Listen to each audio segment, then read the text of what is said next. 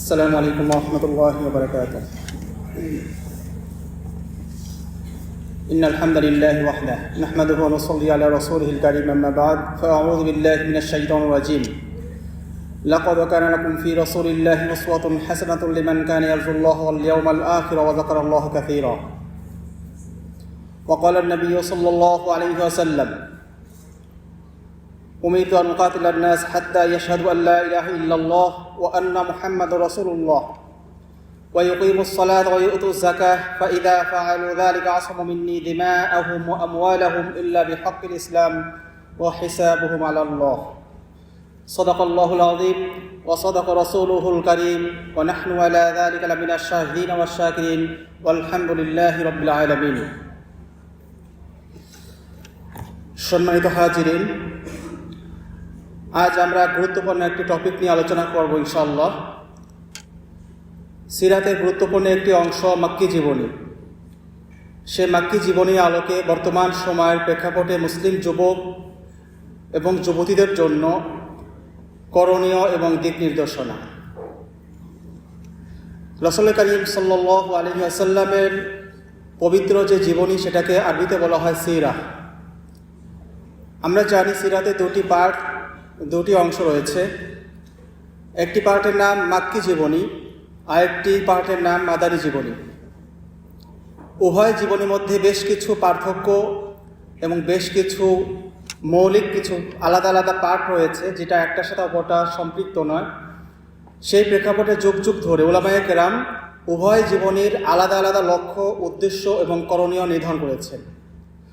তো আজকের যুগের বর্তমান সময়ের প্রেক্ষাপটে বর্তমান পৃথিবীর মুসলিম উম্মার জন্য মাক্কি জীবনীর কতটুকু প্রাসঙ্গিক, কতটুকু আমাদের জন্য এটা কার্যকর এবং কতটা আমাদের জন্য এটা দিক নির্দেশনামূলক, সেই বিষয়ে আমরা কিছুটা আলোকপাত করার চেষ্টা করছি ইনশাআল্লাহুল আজিজ।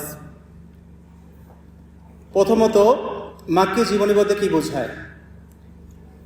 আমরা সিরাতের আলোকে যদি মাক্কি জীবনীর বিশ্লেষণ করি, মাক্কি জীবনী বলতে বোঝায় রাসূল করিম সাল্লাল্লাহু আলাইহি ওয়াসাল্লামের নবুয়ত প্রাপ্তির পর থেকে নিয়ে মক্কায় অবস্থানকালীন যে 13টি বছর অতিক্রান্ত হয়েছে, এ সময়ে রাসূল করিম সাল্লাল্লাহু আলাইহি ওয়াসাল্লামের সঙ্গে যা কিছু ঘটেছে, এই সময়কালের সকল ঘটনাগুলোকে বলা হয় মাক্কি জীবনী। তো নবী করিম সাল্লাল্লাহু আলাইহি ওয়াসাল্লাম নবুয়ত পেয়েছিলেন 40 বছর বয়সে, যখন তিনি মক্কায় ছিলেন, এবং এরপর 13টি বছর অতিক্রম হয়েছে মক্কাতে থাকা অবস্থাতেই। এরপর রাসূল করিম সাল্লাল্লাহু আলাইহি ওয়াসাল্লাম আল্লাহ তাআলার নির্দেশে মদিনা হিজরত করেছেন এবং সেখানে তিনি 10 বছর অবস্থান করেছেন। এই ছিল সর্বমোট 23 বছর রাসূল করিম সাল্লাল্লাহু আলাইহি ওয়াসাল্লামের নবুয়তের জিন্দেগি, যেটাকে আমরা সিরাত বলি। তো সিরাতের মাক্কি জীবনের মধ্যে কিছু শিক্ষা রয়েছে, মাদানী জীবনের মধ্যে কিছু শিক্ষা রয়েছে।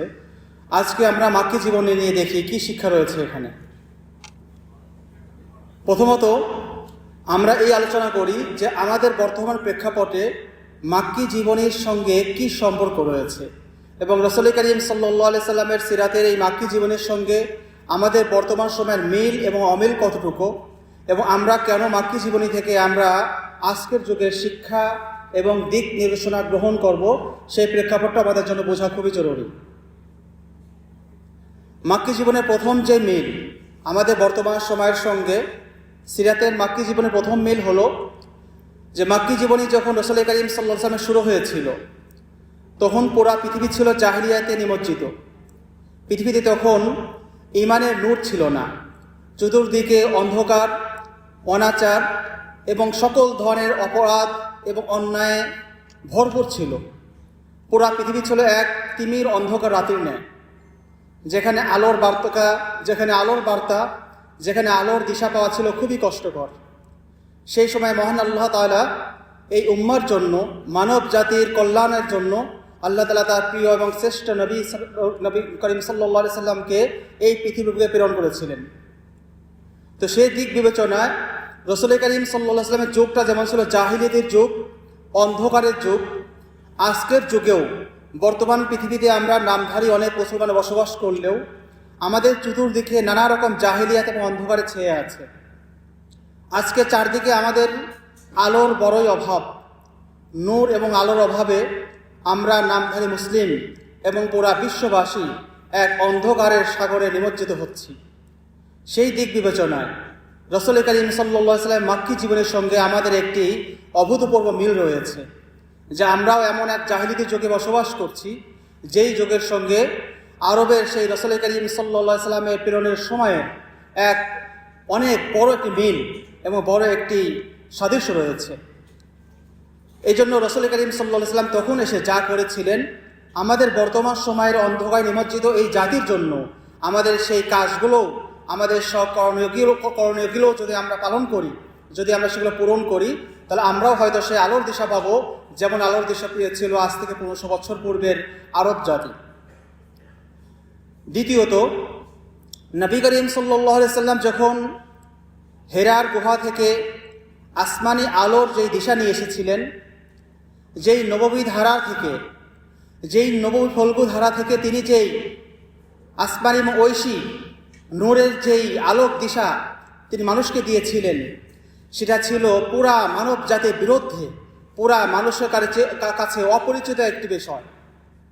আমাদের সময়, আমাদের বর্তমান প্রেক্ষাপটেও এমনভাবে ফিতনা ছড়িয়ে গেছে, আমাদের মুসলমানদের মাঝেও জাহিলিয়াত এমনভাবে আমাদের মধ্যে প্রবেশ করেছে যে আমাদের জন্য বর্তমান ইসলামের আলো, দ্বীনের কথা, দ্বীনের বিধান এগুলো আমাদের জন্য অপরিচিত। আমাদের কাছে এগুলো অনেক অপরিচ্ছন্ন, আমাদের কাছে অপরিষ্কার লাগে, আমরা এগুলোকে কেমন যেন চিনি না। তো নবী করিম সাল্লাল্লাহু আলাইহি ওয়াসাল্লাম যেমন এক মূর্খ, এক অজ্ঞ জাতির কাছে আলোর বার্তা নিয়ে এসেছিলেন, আজকের মুসলমানদের জন্য ইসলামের সেই বিধিবিধানগুলো অনেকটাই সেই অন্ধকারের মধ্যে, অনেকটা সেই অজ্ঞতার মধ্যেই আলোর দিশা প্রদান করার মতো। এই জন্য এই দিক থেকেও রাসূল করিম সাল্লাল্লাহু আলাইহি ওয়াসাল্লাম যেমন এক অজ্ঞ এবং অন্ধকার এক যুগের মধ্যে মানুষদের মাঝে দ্বীনের আলো বিলিয়ে দিয়েছিলেন, আমাদের বর্তমান সময়েও মুসলমানদের মাঝে সেই আলো বিলিয়ে দেওয়ার সময় এসেছে। তৃতীয়ত, মাক্কি জীবনে রাসূল করিম সাল্লাল্লাহু আলাইহি ওয়াসাল্লাম এই দাওয়াত পৌঁছে দেওয়ার পর তিনি নিজের পরিবার থেকে, নিজের সমাজ থেকে এবং পুরা আরব জাতি থেকে বাধার সম্মুখীন হয়েছিলেন। এমন বাধা, যেই বাধা ইতিপূর্বে কোনো ব্যক্তি, কোনো জাতি, কোনো গোষ্ঠী কখনো হয়নি। এবং সেই বাধার মধ্যেও নবী করিম সাল্লাল্লাহু আলাইহি ওয়াসাল্লাম কীভাবে ইস্তেকামত এবং অবিচলতার সঙ্গে এই দ্বীনের উপর অটল থেকে দ্বীনকে পৌঁছে দিয়েছিলেন, সেই শিক্ষাও রয়েছে আমাদের বর্তমান সময়ের মুসলিম উম্মার জন্য। আমাদের বর্তমান মুসলিম উম্মাও আমরা যখন দ্বীনের কোনো বিধান পালন করতে চাই, দ্বীনের কোনো কথা বলতে চাই, দ্বীনের কোনো আলোচনা করতে চাই, তখন আমাদের মধ্যেও আমাদের পরিবার থেকে, আমাদের সমাজ থেকে, আমাদের দেশ এবং রাষ্ট্র থেকে নানা রকম বাধা এবং নানা বিপত্তির সম্মুখীন হতে হয়। এদিক থেকেও মাক্কি জীবনের সঙ্গে আমাদের বর্তমান মুসলমানদের সঙ্গে একটি অনেক বড় মিল রয়েছে। চতুর্থত, মাক্কি জীবনে রাসূল করিম সাল্লাল্লাহু আলাইহি ওয়াসাল্লামের দাওয়াত দেওয়ার পর তার দাওয়াত গ্রহণ করেছিল গুটি কয়েক অল্প কিছু মানুষ।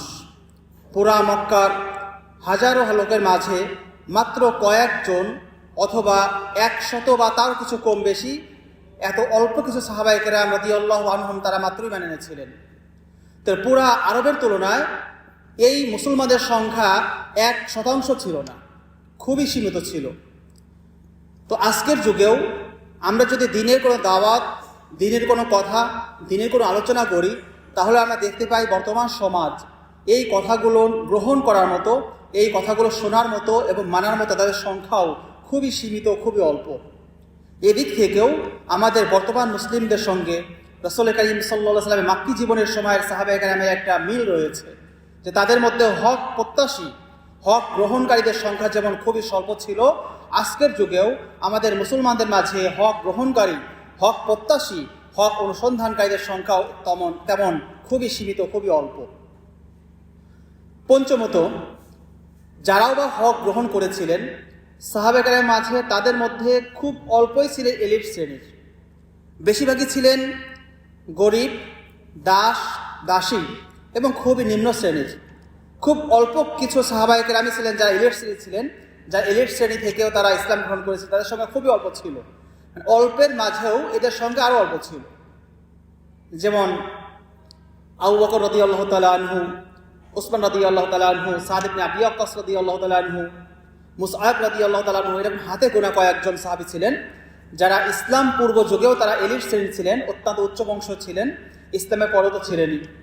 কিন্তু বাকি সাহাবাইদের যদি আপনি ইতিহাস দেখেন, অধিকাংশ সাহাবা একরাম ছিলেন গরিব, তাদের অবস্থান, সামাজিক অবস্থান ছিল খুবই নিচু, তাদের আর্থিক অবস্থান ছিল খুবই দুর্বল এবং এদের সংখ্যা ছিল বেশি।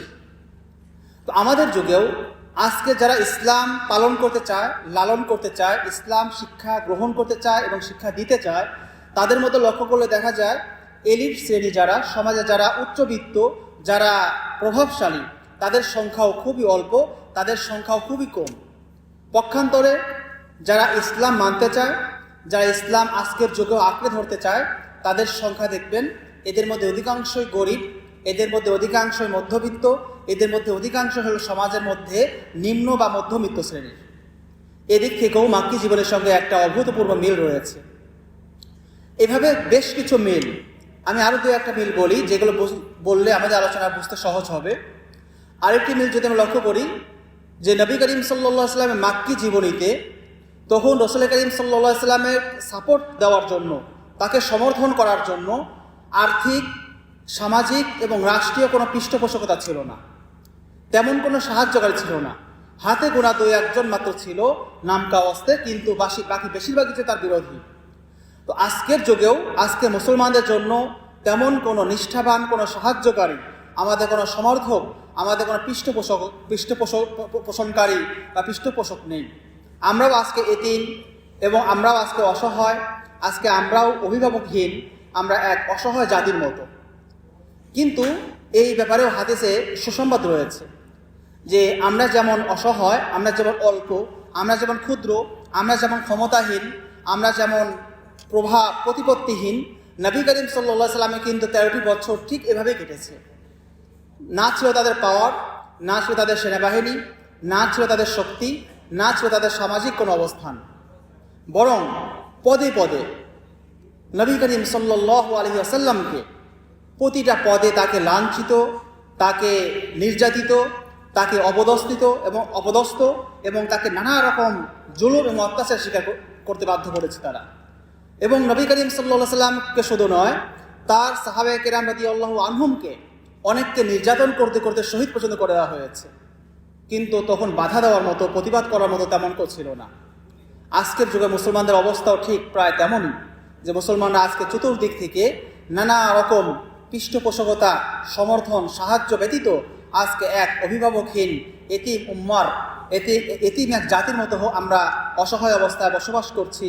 আমরা দিন নিয়ে পালন করার চেষ্টা করছি, কিন্তু আমাদের সামাজিক, আমাদের রাষ্ট্রীয়, আমাদের ব্যক্তিগত, পারিবারিক কোনোভাবে আমাদের তেমন কোনো অবস্থান নেই। তো এই ব্যাপারে একটি হাদিসে রাসূল করিম সাল্লাল্লাহু আলাইহি ওয়াসাল্লাম ইরশাদ করেছেন, বাদা আল ইসলামু গরীবান ওয়া সায়াউদু কামা বাদা গরীবান ফাতুবা লিল গুরাবা। ইসলাম অপরিচিত অবস্থায় প্রকাশিত হয়েছে এবং সত্তরই শেষ জামানায় এমন একটা সময় আসবে যখন ইসলাম যেভাবে অপরিচিত অবস্থা আত্মপ্রকাশ করেছিল তেমন অপরিচিত অবস্থায় সে ফিরে যাবে। সুতরাং তখন যারা অপরিচিত থাকবে, যারা গুরাবা থাকবে, তাদের জন্য রয়েছে সুসংবাদ। এটা মূলত রাসূল করিম সাল্লাল্লাহু আলাইহি ওয়াসাল্লামের মাক্কি জীবনের সূচনা লগ্নে মুসলমানদের যেই করুণ হালত, করুণ অবস্থা ছিল, শেষ জামানায় মুসলমানদের এমন একটা সময় আসবে যখন মুসলমান নিজেদেরকে খুব একাকী মনে করবে। তখন সে কাউকে পাশে পাবে না। পুরা জাতি, পুরা দেশ, পুরা বিশ্ব একদিকে চলবে, অল্প কিছু মানুষ তারা দিনের উপর থেকে, তারা ইসলামের উপর তারা আমল করতে গিয়ে তারা অনেকের কাছে তারা বিচ্ছিন্ন হয়ে যাবে, অনেক থেকে তারা আলাদা হয়ে যাবে। তাদের চলা ফেরা, পোশাক আশাক, তাদের আচার আচরণ, চলন বলন সব কিছু ভিন্ন মনে হবে। এবং তাদের ব্যাপারে রাসূল করিম সাল্লাল্লাহু আলাইহি ওয়াসাল্লাম ফাতুবা লিল গুরাবা, সে সকল অপরিচিত লোকদের জন্য রয়েছে সুসংবাদ। এটা আমাদের জন্য সুসংবাদ রয়েছে। তো এই ধরনের বেশ কিছু মিলের কারণে আজকের প্রেক্ষাপটে আমাদের মাক্কি জীবনে রাসূল করিম সাল্লাল্লাহু আলাইহি ওয়াসাল্লাম থেকে আমাদের জন্য কী শিক্ষা রয়েছে, সেই শিক্ষাগুলো আমরা আলোচনা করে দেখি। মাক্কি জীবনে আসলে কী ছিল? আমরা অনেকেই শুধু মনে করি যে মাক্কি জীবন বলতে শুধু নবী করিম সাল্লাল্লাহু আলাইহি ওয়াসাল্লাম এবং সাহাবায়ে কেরামের শুধু নির্যাতন এবং জুলুমই ছিল। এটা আসলে মাক্কি জীবনের মূল আলোচ্য বিষয় বা মাক্কি জীবনের মূল বিষয়বস্তু ছিল না। মাক্কি জীবনের মূল বিষয়বস্তু ছিল তাওহীদ, তালিম, তারবিয়াত তাসকিয়া, ইস্তেকামত এবং সবর। এই 6টি বিষয় ছিল মাক্কি জীবনের মূল আলোচ্য বিষয় এবং মূল শিক্ষণীয় বিষয়। 1 নম্বর ছিল তাওহীদ। মাক্কি জীবনী রাসূল করিম সাল্লাল্লাহু আলাইহি সাল্লামের জীবনী থেকে এই 13 বছরের মধ্যে লক্ষ্য করে দেখবেন, এই 13 বছরে বিশেষ হালাল হারাম সংক্রান্ত কোনো বিধান তেমন নাজিল হয়নি। সিয়াম, হজ, যাকাত এছাড়া যত বিধান আছে অধিকাংশ বিধানগুলো এসেছে মাদানী জীবনীতে। মাক্কি জীবনীতে কিন্তু তেমন বিধান ছিল না, খুবই সীমিত অল্প কিছু বিধান ছিল। তো মাক্কি জীবনে মূলত ছিল হলো যে 6টা বিষয় বললাম, এই 6টি বিষয়। 1 নম্বর ছিল তাওহীদ। নবী করিম সাল্লাল্লাহু আলাইহি সাল্লামকে আল্লাহ তাআলা এই জমিনেতে তাওহীদ দিয়ে প্রেরণ করেছিলেন। আল্লাহর একত্ববাদের কথা বলে আল্লাহর একত্ববাদের দাওয়াত এবং বার্তা দিয়ে এই উম্মার কাছে প্রেরণ করা হয়েছিল। এটা শুধু নবী করিম সাল্লাল্লাহু আলাইহি সাল্লামের একক কোনো বৈশিষ্ট্য ছিল না, বরং সকল নবীকেই আল্লাহ তাআলা এই বার্তা, এই মেসেজ দিয়েই আল্লাহ তাআলা প্রেরণ করেছিলেন। যেমন আল্লাহ তাআলা ইরশাদ করেছেন, আউযু বিল্লাহি মিনাশ শাইতানির রাজিম, ওয়ালাকাদ বাআসনা ফি কুল্লি উম্মাতির রাসূলান আন ই'বুদুল্লাহা ওয়াজতানিবুত তাগুত। যে নিঃসন্দেহে আমি সকল উম্মতের কাছে, সকল জাতির কাছে আমি একজন করে রসূল প্রেরণ করেছি।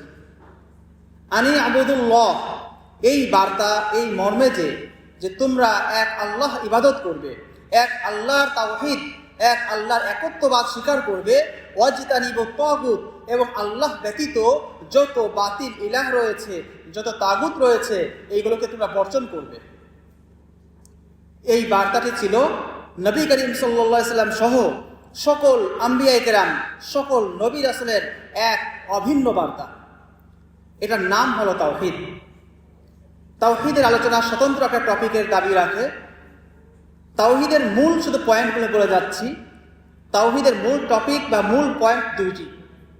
1 নম্বর হলো আনি আবুদুল্লাহ, যে তোমরা আল্লাহর ইবাদত করবে, ওয়াজতানিবুত তাগুত, এবং তাগুতকে বর্জন করবে। এইটা সকল নবী রাসূলের মেইন দাওয়াত, মৌলিক দাওয়াত ছিল। কোনো নবী এই দাওয়াত থেকে তারা বিরত থাকেননি, কোনো নবী এই দাওয়াত না দিয়ে ক্ষান্ত হননি। আর এই দাওয়াতের মধ্যেই ছিল তার জাতির ক্ষিপ্ত হওয়া, নবীদের বিরোধিতা করার মূল কারণ। এই দাওয়াতটা কি ছিল? রাসূল করিম সাল্লাল্লাহু আলাইহি ওয়াসাল্লামের কাছে যখন ইকরা বিসমি রাব্বিকাল্লাযী খলাক আয়াত নাযিল হলো, এরপর আয়াত নাযিল হলো ইয়া আইয়ুহাল মুদ্দাথির কুম ফাআনযির, ইয়া আইয়ুহাল মুযাম্মিল। এই আয়াতগুলো যখন নাযিল হলো তখন নবী করিম সাল্লাল্লাহু আলাইহি ওয়াসাল্লাম তিনি তার বংশের লোকদেরকে একটা পাহাড়ের পাদদেশে জমা করে বললেন যে আমি তোমাদেরকে একটি বিশেষ বার্তা, বিশেষ একটি ঘোষণা দেওয়ার জন্য এখানে সমবেত করেছি। আমি যদি তোমাদের বলি যে পাহাড়ের অপর পাশে এক শত্রু বাহিনী নিয়ে দাঁড়িয়ে আছে, তারা তোমাদের আক্রমণ করবে, তোমরা আমাদের কথা বিশ্বাস করবে? তখন সবাই এক বাক্যে বলেছিল যে হ্যাঁ, অবশ্যই আমরা আপনার কথা বিশ্বাস করি, কারণ আপনি হলেন আল আমিন, আপনি আমাদের মধ্যে অতি বিশ্বস্ত, আপনি অত্যন্ত সত্যবাদী, আপনি কখনো মিথ্যা বলেন না। তখন রাসূল করিম সাল্লাল্লাহু আলাইহি ওয়াসাল্লাম বললেন যে আমি তোমাদেরকে এক ইলাহের দাওয়াত দিচ্ছি, কুল লা ইলাহা ইল্লাল্লাহ তুফলিহুন, যে তোমরা লা ইলাহা ইল্লাল্লাহ পাঠ করো, লা ইলাহা ইল্লাল্লাহ এই কালেমার মর্ম তোমরা স্বীকার করো, তুফলিহুন, তাহলে তোমরা সফল হয়ে যাবে। এই কালেমার দাওয়াত যখন রাসূল করিম সাল্লাল্লাহু আলাইহি ওয়াসাল্লাম পৌঁছে দিলেন, তখন রাসূল করিম সাল্লাল্লাহু আলাইহি ওয়াসাল্লামের চাচা, আপন চাচা আবু লাহাব, সে রাগান্বিত হয়ে দাঁড়িয়ে বলল, তাব্বান লাকা ইয়া মুহাম্মদ, হে মুহাম্মদ তোমার ধ্বংস হোক, আলী হাযা জামাআতানা, তুমি কি আমাদের এই কথা শোনানোর জন্য তুমি আমাদের এখানে সমবেত করেছো? এই কথা বলে সে রাগান্বিত হয়ে চলে গেল। আল্লাহ তাআলা তার প্রিয় হাবিবের প্রতি এই ক্রোধ, এই বেয়াদবি আল্লাহ তাআলা তিনি মানলেন না। আল্লাহ তাআলা তিনি নাজিল করলেন, তার চাচার বিরুদ্ধে আয়াত নাজিল করলেন, তাব্বাত ইয়াদা আবি লাহাব, যে আবু লাহাবের 2 হাত ধ্বংস হোক। তো ইসলামের প্রথম বিরোধিতাকারী ছিল আবু লাহাব, স্বয়ং নবী করিম সাল্লাল্লাহু আলাইহি ওয়াসাল্লামের আপন চাচা। নিজের পরিবার থেকেই প্রথম বিরোধিতা এসেছে। এই জন্য ইসলামের যুগে পৃথিবীতে যত মানুষ, যত লোক ইসলামের বিরোধিতা করবে, তার একটা অংশের গুনাহ আবু লাহাবের আমলনামায় জমা হবে। এই জন্য যে কোনো নেক কাজ, যদি কোনো ব্যক্তি কোনো নেক কাজ করে আর সেই কাজে উদ্বুদ্ধ হয়ে অন্য কোনো মানুষের নেক কাজ করে, তাহলে অন্য সকল মানুষের নেক কাজের সওয়াবের একটি অংশ ওই প্রথম নেক কাজকারী ব্যক্তি পেয়ে যাবে। অনুরূপভাবে কোনো ব্যক্তি যদি কোনো মন্দ কাজ শুরু করে, কোনো খারাপ কাজ সূচনা করে, তাহলে পরবর্তী সময়ে যে যত ব্যক্তি ওই খারাপ কাজ, ওই মন্দ কাজে লিপ্ত হবে, ওই মন্দ কাজের একটি গুনাহের ভাগ ওই প্রথম সূচনাকারী ব্যক্তি পেয়ে যাবে। এই জন্য যে কোনো মন্দ কাজে প্রথম হওয়াটা খুবই দুর্ভাগ্যের ব্যাপার। এই ব্যাপারে আমাদের খুব সতর্ক থাকতে হবে। তো আবু লাহাবের বিরোধিতার পর রাসূল করিম সাল্লাল্লাহু আলাইহি সাল্লামের দাওয়াত বন্ধ হলো না। তিনি এই বিরোধিতাকে সামনে রেখেই তিনি মক্কাবাসী এবং তার পরিবার এবং তার গোত্র সবার বিরোধিতাকে সামনে রেখেই তিনি এই দাওয়াত চালিয়ে যেতে লাগলেন যে লা ইলাহা ইল্লাল্লাহ, আল্লাহ তাআলা ছাড়া কোনো ইলাহ নাই, এই কথাটা তোমরা সবাই স্বীকার করো, এই কথা তোমরা মেনে নাও। তো এই কথা তো আমরা সবাই মেনে নেই। এই কথার মধ্যে এমন কি ছিল যেই কথার কারণে আবু লাহাব থেকে শুরু করে ওই সময়ের রাসূল করিম সাল্লাল্লাহু আলাইহি সাল্লামকে যারা এক সময় জনপ্রিয় এবং রাসূল করিম সাল্লাল্লাহু আলাইহি সাল্লাম ওই সময়ে ওই যুগের সবচেয়ে বড় জনপ্রিয় ব্যক্তিত্ব ছিলেন, সবচেয়ে বেশি সেলিব্রিটি ছিলেন, সবচেয়ে বেশি বিশ্বস্ত ছিলেন, বা আজকের যুগে আপনারা যেটাকে হিরো বলেন, হিরো, সবচেয়ে সবার প্রিয় পাত্র ছিলেন তিনি। তো তার এই কথার মধ্যে এমন কি ছিল যে একটা কথার কারণে এক সেকেন্ড আগ এবং পরে সবচেয়ে আপন থেকে সবচেয়ে পর হয়ে যায়, সবচেয়ে প্রিয় থেকে সবচেয়ে বড় শত্রু হয়ে যায়। এটা কি ছিল? সেটা হলো লা ইলাহা ইল্লাল্লাহ। এই কালেমার মধ্যে দুইটি অংশ ছিল। একটি হলো যে লা ইলাহা, সকল বাতিল মাবুদ, সকল বাতিল ইলাহাকে নাকচ করতে হবে, অস্বীকার করতে হবে। ইল্লাল্লাহ, একমাত্র আল্লাহ তাআলাকে স্বীকার করতে হবে, একমাত্র আল্লাহ তাআলাকে রব হিসাবে, ইলাহ হিসাবে গ্রহণ করতে হবে। তো মক্কার মুশরিক যা ছিল তারা আল্লাহকে চিনত, মোটামুটি আল্লাহর সাথে তাদের একটা কানেকশন ছিল, তাদের পরিচয় ছিল কিছুটা, যদিও শিরিক ছিল তাদের, কিন্তু শিরিক সহ, শিরিক থাকা সত্ত্বেও তাদের মধ্যে আল্লাহ তাআলার পরিচয়ের সামান্যতম অংশ ছিল। তো আল্লাহ তাআলার ব্যাপারটা তাদের কাছে অপরিচিত ছিল না, কিন্তু অপরিচিত ব্যাপার যেটা ঘটেছিল সেটা হলো লা ইলাহা, যে আল্লাহ তাআলা ছাড়া কোনো ইলাহ নাই, আল্লাহ তাআলা ছাড়া কোনো মাবুদ নাই। এই কথা তো আমরা মানতে পারবো না, কারণ আমরা তো অনেক মূর্তির পূজা করি, আমরা তো অনেক মাবুদের পূজা করি, যেই মূর্তি এবং পূজা, এই মূর্তিগুলো, এই প্রতিমাগুলো তাদের জন্য আল্লাহ তাআলার কাছে সুপারিশ করবে বলে তারা বিশ্বাস করত। স্বয়ং কাবার মধ্যেও প্রায় 360টি মূর্তি ছিল। এই মূর্তিগুলোর কথা বলা হয়েছে যে লা ইলাহা, কোনো ইলাহ মানা যাবে না। শুধু মূর্তিই না, বরং আল্লাহ তাআলা ব্যতীত, আল্লাহ তাআলার হুকুমের সাথে সাংঘর্ষিক অথবা তার দ্বীনের সাথে সাংঘর্ষিক কোনো বিষয়ে আদেশ দানকারী প্রতিটা ব্যক্তিই হলো বাতিল ইলাহ। এমন প্রত্যেক ব্যক্তি বাতিল ইলাহ বলা হয় যেই ব্যক্তি মানুষকে আল্লাহ এবং তার রাসূলের আদেশের বিপরীতে, কুরআন এবং সুন্নাহর বিপরীতে কোনো বিষয়, কোনো আইন, কোনো বিধান মানতে বাধ্য করে, এমন প্রত্যেক ব্যক্তি হলো বাতিল ইলাহ। আর বাতিল ইলাহকে কোরআনের ভাষায় বলা হয় তাগুত।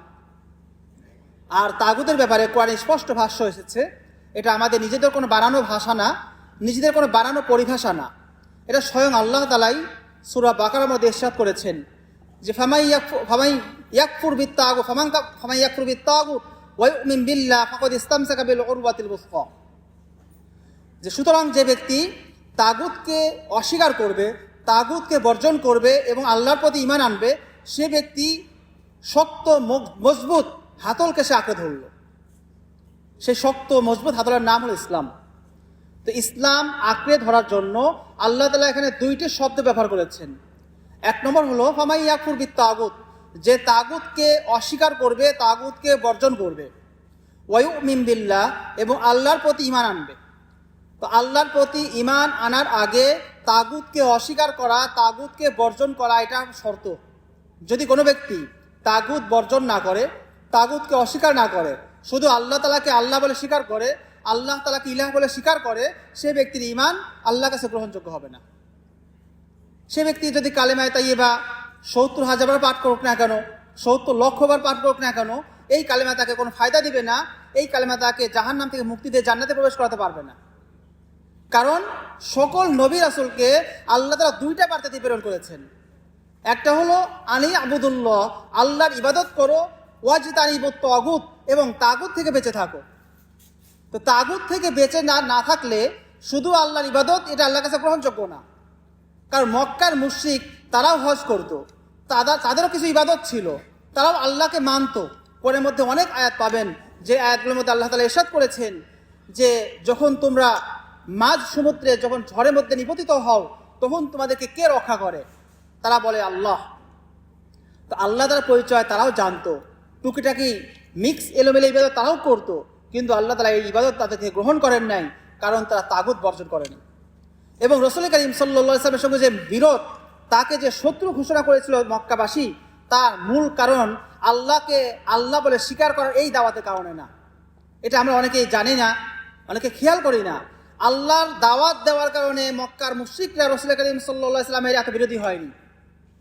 তার মূল শত্রুতা প্রধান কারণ ছিল ওয়াজতানিবুত তাগুত, যেটা লা ইলাহা এই অংশের মধ্যে রয়েছে। কালিমা তাইয়্যিবার যে দুটো অংশ, লা ইলাহা, সে কোনো ইলাহ নাই, কোনো ইলাহ আমরা মানি না, এই কোনো ইলাহ তার উদ্দেশ্য হলো বাতিল ইলাহ, আর বাতিল ইলাহকেই আরবিতে বলা হয় তাগুত। এই জন্য এই কালিমার মধ্যে তাগুতের কথা রয়েছে।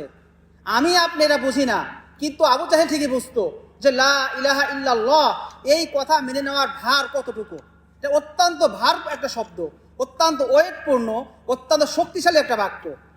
তো এই বাক্য এইটা আবু জাহেল, আবু লাহাব, উতবা, শাইবা তারা বুঝতে পেরেছিল বিধায় তারা বুঝেছিল যে এই কালেমা যদি প্রতিষ্ঠিত হয়ে যায় তাহলে আমাদের রাজত্ব শেষ হয়ে যাবে, মুহাম্মাদের রাজত্ব প্রতিষ্ঠিত হবে, মুহাম্মাদের দিন বিজয়ী হয়ে যাবে, তখন আমাদের কোনো কর্তৃত্ব, ক্ষমতা, আদেশ, নিষেধ আমাদের কোনো কিছু চলবে না। এই কারণেই আবু জাহেল, আবু লাহাব, উতবা, শাইবা তারা তার এই দাওয়াত গ্রহণ না করে রাসূল করিম সাল্লাল্লাহু আলাইহি ওয়াসাল্লাম বিরোধিতা লিপ্ত হয়েছিল। এই জন্য আজকের যুগে মাক্কি জীবনী বুঝতে হলে আপনাকে তাগুত চিনতে হবে। আপনি এই ব্যাপারে উদাসীন থেকে আজকের আধুনিক সময়ে এসে যদি বলেন যে আমি তাগুত চিনতাম না, আমাদেরকে দাওয়াত কেউ দেয়নি, আমাদের কথা কেউ বলেনি, তাহলে কিয়ামতের দিন আপনারা ক্ষমা পাবেন না, মাপ পাবেন না। কোরআনের মধ্যে অসংখ্য আয়াতের মধ্যে তাগুত শব্দ এসেছে। এই তাগুত নিয়ে আমার একটা আলোচনাই আছে প্রায় 3 ঘন্টার। তাগুত কাকে বলে, কত প্রকার। কমপক্ষে আমরা শুধু আজকে ইঙ্গিত দিয়ে যাচ্ছি যে মাক্কি জীবনে রাসূল করিম সাল্লাল্লাহু আলাইহি ওয়াসাল্লাম মূলত 2টা দাওয়াত দিয়েছিলেন।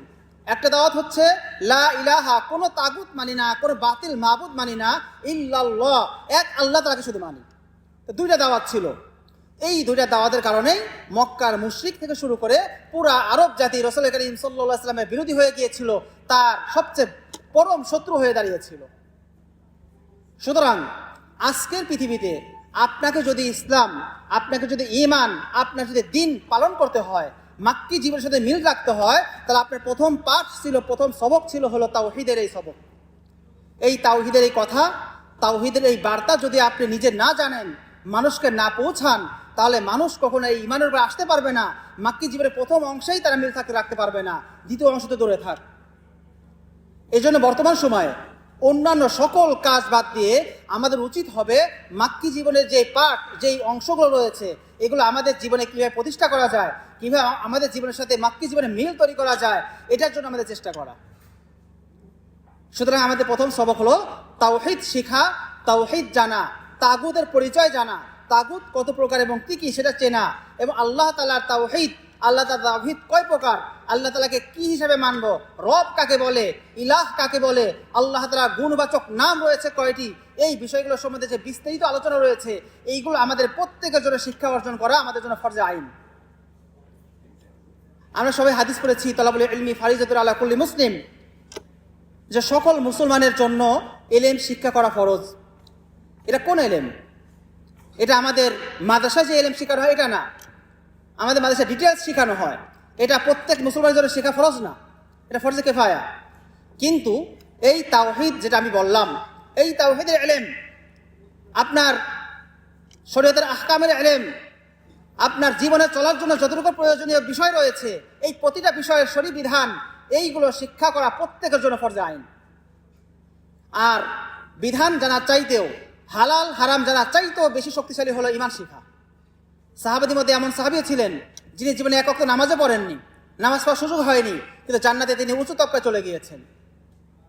কারণ তিনি এই কালেমার মর্ম, এই কালেমার অর্থ, এই কালেমার হাকিকত জেনে, এই কালেমা পাঠ করে তিনি কোনো নামাজের ওয়াক্ত আসার আগেই তিনি আল্লাহর সাথে শহীদ হয়ে গিয়েছেন। এই জন্য বিধিবিধান এটা না মানলে হয়তো গুনাহ হবে, কাবিরা গুনাহ হবে, আপনি হয়তো ক্ষমা চাইলে মাপ পাবেন, কিন্তু মনে রাখবেন ইমানের ত্রুটি এটা কোনোভাবেই সংশোধনযোগ্য না। আপনি যদি কবিরা গুনাহ করেন, হারাম যদি করেন, হারাম কাজ করেন, তবু আল্লাহ চাইলে আপনাকে ক্ষমা করবেন, শাস্তি দিতে পারেন। কিন্তু ইমানের যদি কোনো ত্রুটি থেকে যায়, আপনার ইমান এবং তাওহীদ যদি বিশুদ্ধ না হয়, আপনি যদি কবরে গিয়ে দেখতে পান যে আপনি সারা জীবন লাখো বার কালেমা পাঠ করেছেন, কিন্তু এই কালেমা আল্লাহ তাআলার খাতায় ওঠে নাই, আপনার নাম মুমিনদের মধ্যে লিস্টের মধ্যে নাই, তখন আপনি আশ্চর্য হয়ে যাবেন, তখন আপনি আতঙ্কিত হয়ে যাবেন। কিন্তু তখন আপনার এই আফসোস, আপনার এই আতঙ্ক তখন কোনো কাজে আসবে না। কারণ আপনার জন্য তলাবুল ইলমি ফারিজাতুন আলা কুল্লি মুসলিম, আপনার পৃথিবীতে থাকতেই এই পরিবার ইলম শিখে নেওয়াটা ফরজ ছিল। এটা অনেক জায়গা থেকে দার্স হয়, হালাকা হয়। আমার মাদ্রাসাতে আমি এটা হালাকার সিস্টেম রাখছি, প্রতি মাসে 2 বার রাখছি, যাতে আমাদের ভাইরা যারা শিখতে চায় এই ফরজ পরিমাণ আকীদা, ফরজ পরিমাণ ইলম যাতে তাদের শিক্ষা অর্জন হয়ে যায়, এটা ব্যবস্থা প্রথমে রাখা আছে। অনলাইন অফলাইন অনেক সিস্টেম আছে, এটা আপনাদের শিখতে হবে। এটার জন্য আলাদা লম্বা আলোচনাই করা সম্ভব। তো তাওহীদের এই সবকটা আসলে মক্কা জীবনের প্রথম সবক, যেটা আমাদের বর্তমান সময়ে, আমাদের বর্তমানে ফিতনার সময়ে, আমাদের বর্তমান ইমান হারা এবং রিদ্দার এই জামানায় এই তাওহীদকে রক্ষা করা, তাওহীদকে শিক্ষা, তাওহীদকে চেনা, তাওহীদে অটল থাকা এবং তাওহীদের বার্তা মানুষের পৌঁছে দেওয়া, এটা আমাদের জন্য অত্যন্ত জরুরি। 2 নম্বর ছিল নবী করিম সাল্লাল্লাহু আলাইহি ওয়াসাল্লাম মাক্কি জীবনের 2 নম্বর কাজ ছিল তারবিয়া। তাওহীদ শিক্ষা দেওয়ার পর রাসূল করিম সাল্লাল্লাহু আলাইহি ওয়াসাল্লাম তার সাহাবায়ে কেরামকে তারবিয়াত দিয়েছেন। তারবিয়াত মানে কি? তারবিয়াত এটা রব্বা ইউরব্বি, তারবিয়াতান, কাউকে যত্ন সহকারে ভালোভাবে পরিচর্যা করা, লালন পালন করা। তারবিয়া বলা হয় কোনো একজন মানুষকে দ্বীন এবং শরী মূলনীতির আলোকে তাকে এমনভাবে গড়ে তোলা যেন তার বাহির এবং ভিতর সব কিছু ইসলামের মুয়াফিক হয়ে যায়, ইসলামের অনুকূল হয়ে যায়।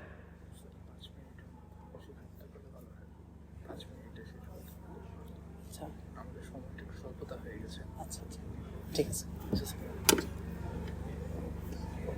তারবিয়া হলো মানুষকে এমনভাবে গড়ে তোলা যেন তার ভেতর এবং বাহির সব কিছুই শরীয়তের অনুকূল হয়ে যায়। তার সালাত, তার সিয়াম, তার যাকাত, তার সাদাকা, দান সব কিছু অনুরূপভাবে তার ভিতর আখলাক, মানুষের প্রতি মহাব্বত, মুসলমানদের জন্য ভালোবাসা এবং কারোর প্রতি হিংসা না রাখা, বিদ্বেষ না রাখা, অহংকার না করা, মানুষের মধ্যে সৎ থাকা, আমানতদারিতা রক্ষা করা, এই ভিতরগত গুণ, সকল গুণ অর্জন করার নাম হলো তারবিয়া। তো রাসূল করিম সাল্লাল্লাহু আলাইহি ওয়াসাল্লাম কি করেছিলেন? তিনি সাহাবায়ে কেরামকে শুধু দ্বীন এবং শুধু ঈমান শিক্ষা দিয়ে ক্ষান্ত হননি, তিনি তাদেরকে যথাযথ তারবিয়াও দিয়েছিলেন। তাদেরকে এমন আখলাক, এমন তারবিয়া, এমন শিক্ষা দিয়েছিলেন যে সাহাবায়ে কেরাম যারা ছিল আগে পৃথিবীর সবচেয়ে বর্বর জাতি, তারা হয়ে গেছিলেন পৃথিবীতে আগুনে পোড়ানো খাঁটি স্বর্ণের ন্যায়। এবং পুরা পৃথিবীর উম্মার জন্য, কিয়ামত পর্যন্ত আগত পুরা জাতির জন্য তারা আদর্শ এবং রোল মডেল হয়ে গিয়েছেন। এই তারবিয়ার ছিল মাক্কি জীবনের অন্যতম বৈশিষ্ট্য। আমরা তো অনেকেই দিন প্রতিষ্ঠা করতে চাই, দিন কায়েম করতে চাই, কিন্তু আমরা তারবিয়া এবং শিক্ষা এইগুলো যথাযথ অর্জন করতে চাই না, এইগুলো পিছনে সময় দিতে চাই না। এই জন্য মাক্কি জীবনে যদি আদর্শ গ্রহণ করতে হয়, তাহলে আমাদের তাওহীদের পর আমাদের দ্বিতীয় কাজ হবে আমাদের ইলম শেখার পিছনে সময় দেওয়া। এটা আমাদের জন্য খুবই দুঃখজনক এক বাস্তবতা যে বর্তমানে অনেক ভাই, অনেক যুবক দিনের জন্য তারা অনেক কুরবানি করতে চান, অনেক কাজ করতে চান, কিন্তু তাদেরকে যখন বলা হয় রোড ম্যাপে আসেন, স্টেপ বাই স্টেপ কাজ শুরু করেন, তালিমে আসেন, সবক শেখেন, কিছু দিন শেখেন, তখন তাদের এই সময়টা হয় না। তারা শুধু চায় শর্টকাট, অল্প সময়ের মধ্যে কিছুটা হয়ে যাবে, নারে তাকবীর দিয়ে 1 বছরের মধ্যে ইসলাম কায়েম হয়ে যাবে। এটা একটা অবাস্তব, এটা একটা ফ্যান্টাসি, এটা কাল্পনিক একটা ব্যাপার। পৃথিবীতে কখনো ঘটেনি, কোনো নবী রাসূলকে দিয়ে আল্লাহ তাআলা কোরআন নেই, কখনো কোনো সাহাবায়ে কেরাম এটা প্রতিষ্ঠা করতে পারেননি। এটা একটা সম্পূর্ণ অবাস্তব ব্যাপার। আপনাদের এই জায়গাতে বের হয়ে আসতে হবে এবং এটা লং এবং দীর্ঘমেয়াদী একটা প্রসেসের মধ্যে ঢুকতে হবে। সে প্রসেসটা হলো আপনি প্রথমে তাওহীদের দাওয়াত আমভাবে সবার কাছে পৌঁছে দেন, এরপরে একটা আপনি তালিম, তারবিয়াত, এটাকে আপনি স্টেপ বাই স্টেপ ধীরে ধীরে শুরু করেন এবং শেকড় তৈরি করেন। একটা গাছের ফল পেতে হলে আপনার সেখানে একটা বীজ রোপণ করতে হয়, সেই গাছের যত্ন নিতে হয়, সে চারাটিকে বিভিন্ন জায়গাতে রক্ষা করতে হয়, এরপর আস্তে আস্তে এক দেশে ফল দিবে। আপনি যদি এই দেশে দিন দেখতে চান, ইসলাম দেখতে চান, আপনি শরিয়া দেখতে চান, তাহলে আপনাকে অনেক সময় নিতে হবে। আমি তো বলি কমপক্ষে 20 বছর সময় নেন, অনেক সময় নিতে হবে। আপনার তাওহিদ আগে সবার কাছে পৌঁছাতে হবে। আপনার তাওহিদ কি জিনিস, আপনার এলেম কি জিনিস, কোন জায়গায় কতটুকু এলেম চর্চা করতে হবে, কোন জায়গায় কতটুকু কথা বলতে হবে, এইটাও আমাদের শিক্ষণীয় বিষয়। আমাদের অনেক ভাই আমরা সামান্য কিছু এলেম শিখেই আমরা কুফর শিরিক সম্বন্ধে হালকা ধারণা রেখেই আমরা মানুষকে কাফের বানানো শুরু করে দিই। আমরা যাকে তাকে এদিক সেদিক অনেক ফতোয়া দিয়ে ফেলি, অথচ ফতোয়া দেওয়া অত্যন্ত গুরুত্বপূর্ণ একটা জিনিস, এটা অত্যন্ত শক্তিশালী, অত্যন্ত সেন্সিটিভ একটা ব্যাপার। আমি 16 বছর পড়াশোনা করেছি, প্লাস ইফতাতে আমি 6 বছর সময় ব্যয় করেছি। এখনো ফতোয়া দেওয়ার সময় আমার হাত কাঁপে, আমার কলম কাঁপে, কারণ ফতোয়া দেওয়া এটা আল্লাহ তাআলার পক্ষ থেকে সাইন করার মতো। এটা যার তার কাজ না, এটা সহজ কাজ না। কিন্তু আমাদের ভাইরা অনেকে আছে কুফর, তাগুত, তাওহীদ সামান্য 2-3টা সবক বসে শিখতে না শিখতেই আমরা ফতোয়া দেওয়া শুরু করে দিই। ব্যালেন্স রক্ষা করতে পারি না, কোন জায়গায় কতটুকু কথা বলতে হয়। এই শিক্ষার নাম হলো তারবিয়া। এই তারবিয়াটা যদি আপনি অর্জন না করেন, তাহলে আপনি দিন প্রতিষ্ঠার জন্য সহায়ক না হয়ে আপনি দিন প্রতিষ্ঠার জন্য উল্টা বাধার কারণ হবেন। এক্ষেত্রে আমাদের ব্যালেন্স, আমাদের ভারসাম্য রক্ষা করতে হবে। কতটুকু শিখতে হবে, কতটুকু প্রয়োগ করতে হবে, কতটুকু কখন কিভাবে কাকে বলতে হবে, এটাও একটা আলাদা এলেম আছে। আপনি শুধু কয়েকটা পাঠ শিখলেন, কয়েকটা অক্ষর শিখলেন, কয়েকটা কাগজ শিখলেন, এটা এলেম এবং তারবিয়া না। এটার জন্য আপনার বিজ্ঞ অভিজ্ঞ আলেমের সামনে হাঁটু করে বসতে হবে, তার তারবিয়াগুলো শিখতে হবে, আর ব্যালেন্স শিখতে হবে। আপনি কতটুকু এলেম, কতটুকু কাকে দিবেন, কিভাবে দিবেন, কার সামনে কতটুকু কথা বলবেন, এটা সিস্টেম আছে। যদি না করেন তাহলে এই এলেমটা এটা আপনার রিয়াকশন তৈরি করবে, এটা অ্যাকশন তৈরি করবে না, এটা উপকারে পড়বে, ক্ষতি করবে। যেটা আমাদের বর্তমানে যা চলতেছে, এর কারণ হলো এরা কেউ রোড ম্যাপ অনুসরণ করে না, এরা সব শর্টকাট কাজ করতে চায়, লং মেয়াদি কাজ করতে চায় না। অথচ পৃথিবীর ইতিহাসে সবচেয়ে জ্ঞানী ব্যক্তি ছিলেন স্বয়ং রাসূল করিম সাল্লাল্লাহু আলাইহি সাল্লাম, আর তার এই রোড ম্যাপের প্রথম শিকড় তৈরি করতে লাগছিল 13 বছর। আমাদের মতো বুকা, আমাদের মতো দুর্বল, আমাদের মতো সাধারণ উম্মাহ, আমাদের কত বছর লাগবে? রাসূল করিম সাল্লাল্লাহু আলাইহি ওয়াসাল্লামের জন্য 13 বছর লেগেছিল। স্বয়ং আল্লাহ তাআলা সরাসরি মদদ ছিল, তারপর তিনি 13 বছর মাত্র 100 জনের মতো সাহাবী তৈরি করতে পেরেছিলেন।